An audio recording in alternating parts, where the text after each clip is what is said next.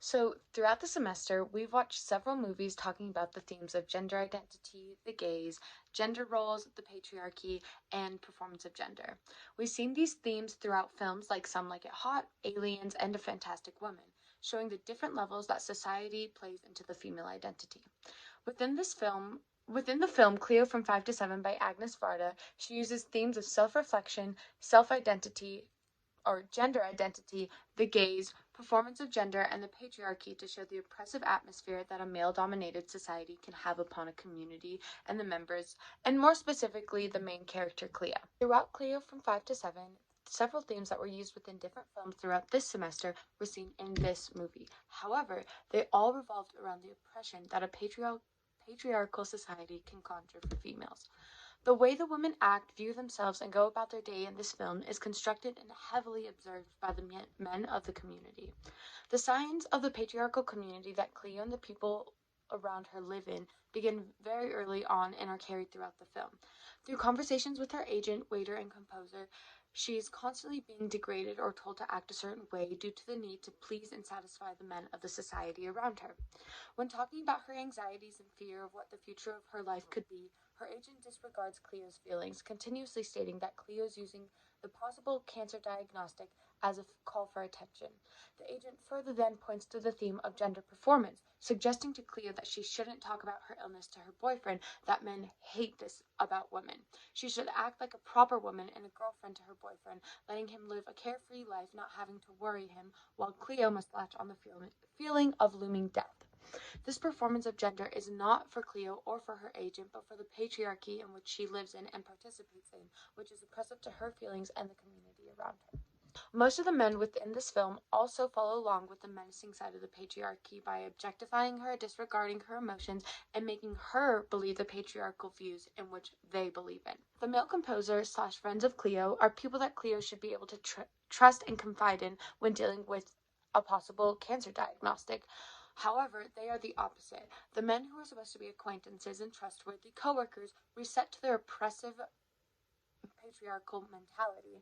The two men walk in, ready to make fun of the situation, pretending to be her doctors. But this all happens seconds before they call Cleo dramatic and needy and wanting attention from everyone around her. Again, this is degrading this female's reality into a form they can handle and they can oppress.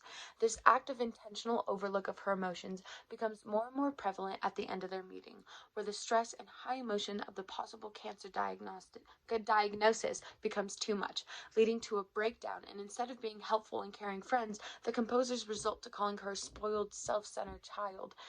These men disregard her emotions and automatically invalidate her very valid emotions. This patriarchal action within the society makes it hard for women like Cleo to feel big emotions without being cut down or seen as spoiled by many patriarchal minded females and males of the society. The next form in which the patriarch takes an oppressive look upon Cleo is in the form of the gaze.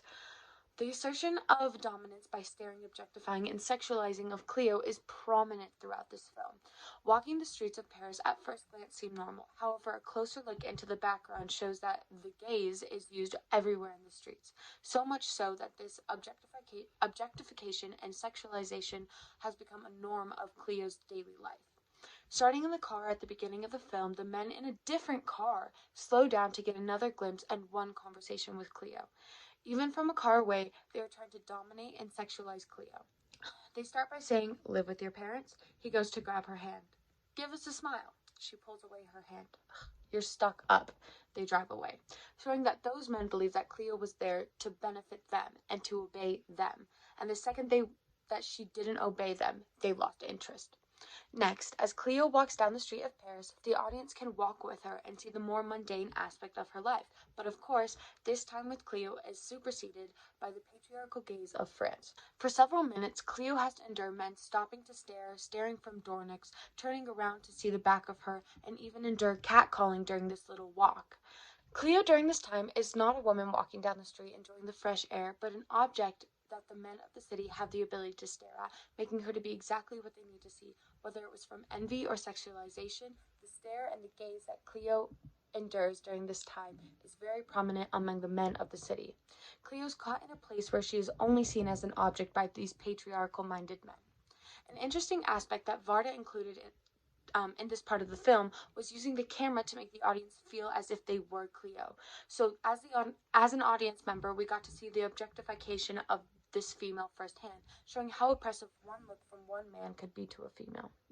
Cleo from 5 to 7 contributes to the film theories of patriarchal oppression through gender performance and the gaze. The continuous maltreatment of Cleo from male friends to male strangers give the audience member a chance to live the life of a woman of that time. This film plays to several different themes like self-reflection, gender identity, and performance, but shows the impression of what toxic patriarchal views can have upon society.